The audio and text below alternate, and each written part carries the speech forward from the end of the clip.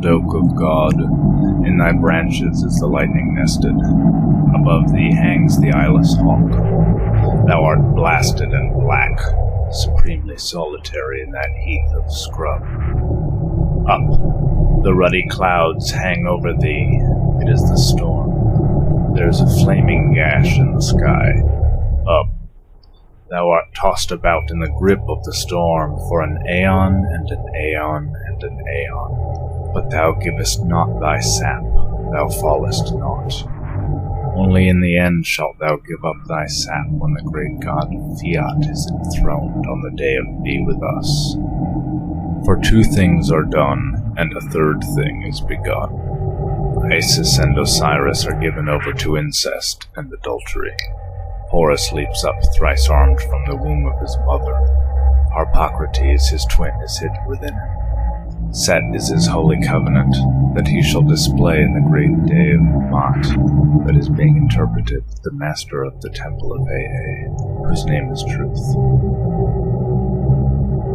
Now in this is the magical power known. It is like the oak that hardens itself and bears up against the storm. It is weather-beaten and scarred and confident like a sea captain. Also it straineth like a hound in the leash. It hath pride and great subtlety, yea, and glee also. Let the Magus act thus in his conjuration. Let him sit and conjure. Let him draw himself together in that forcefulness. Let him rise next, swollen and straining. Let him dash back the hood from his head and fix his basilisk eye upon the sigil of the demon.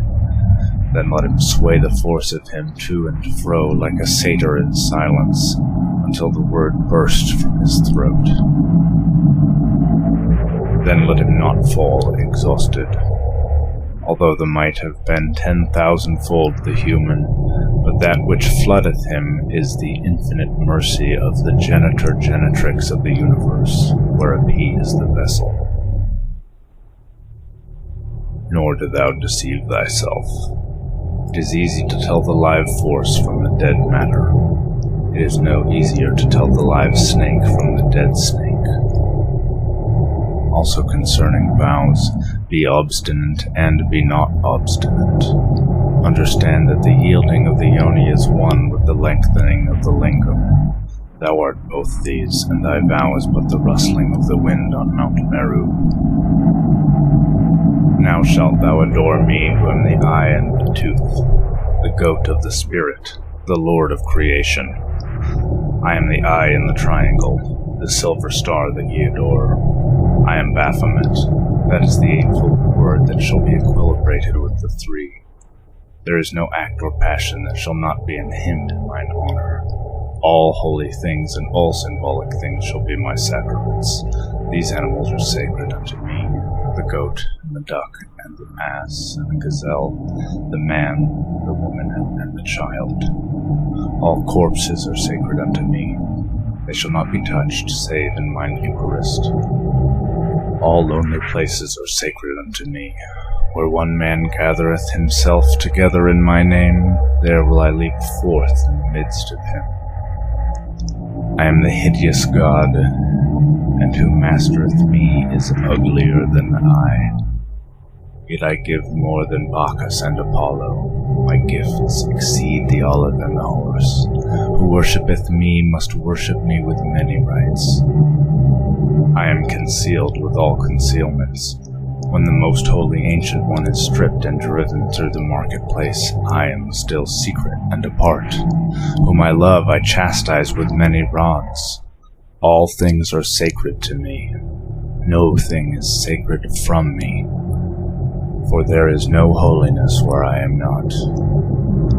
Fear not when I fall in the fury of the storm, for mine acorns are blown afar by the wind, and verily I shall rise again, and my children about me, so that we shall uplift our forest in eternity. Eternity is the storm that covereth me. I am existence, the existence that existeth not save through its own existence. that is beyond the existence of existences and rooted deeper than the no-thing tree in the land of no-thing. Now therefore thou knowest when I am within thee, when my hood is spread over thy skull, when my might is more than the penned Indus and resistless as the giant glacier. For as thou art before a lewd woman in thy nakedness in the bazaar, sucked up by her slyness and smiles, so art thou wholly and no more in part before the symbol of the beloved, though it be but a pisacha or a yantra or a deva. And in all shalt thou create the infinite bliss and the next link of the infinite chain. This chain reaches from eternity to eternity, ever in triangles. Is not my symbol a triangle? Ever in circles. Is not the symbol of the beloved a circle? Therein is all progress base illusion, for every circle is alike and every triangle alike. But the progress is progress, and progress is rapture, constant, dazzling showers of light, waves of dew, flames of the hair of the great goddess, flowers of the roses that are about her neck. Amen. Therefore lift up thyself as I am lifted up. Hold thyself in as I am master to accomplish. At the end, be the end far distant as the stars that lie in the navel of Mute. Do thou slay thyself as I at the end am slain, in the death that is life, in the peace that is mother of war, in the darkness that holds light in his hand as an harlot that plucks a jewel from her nostrils.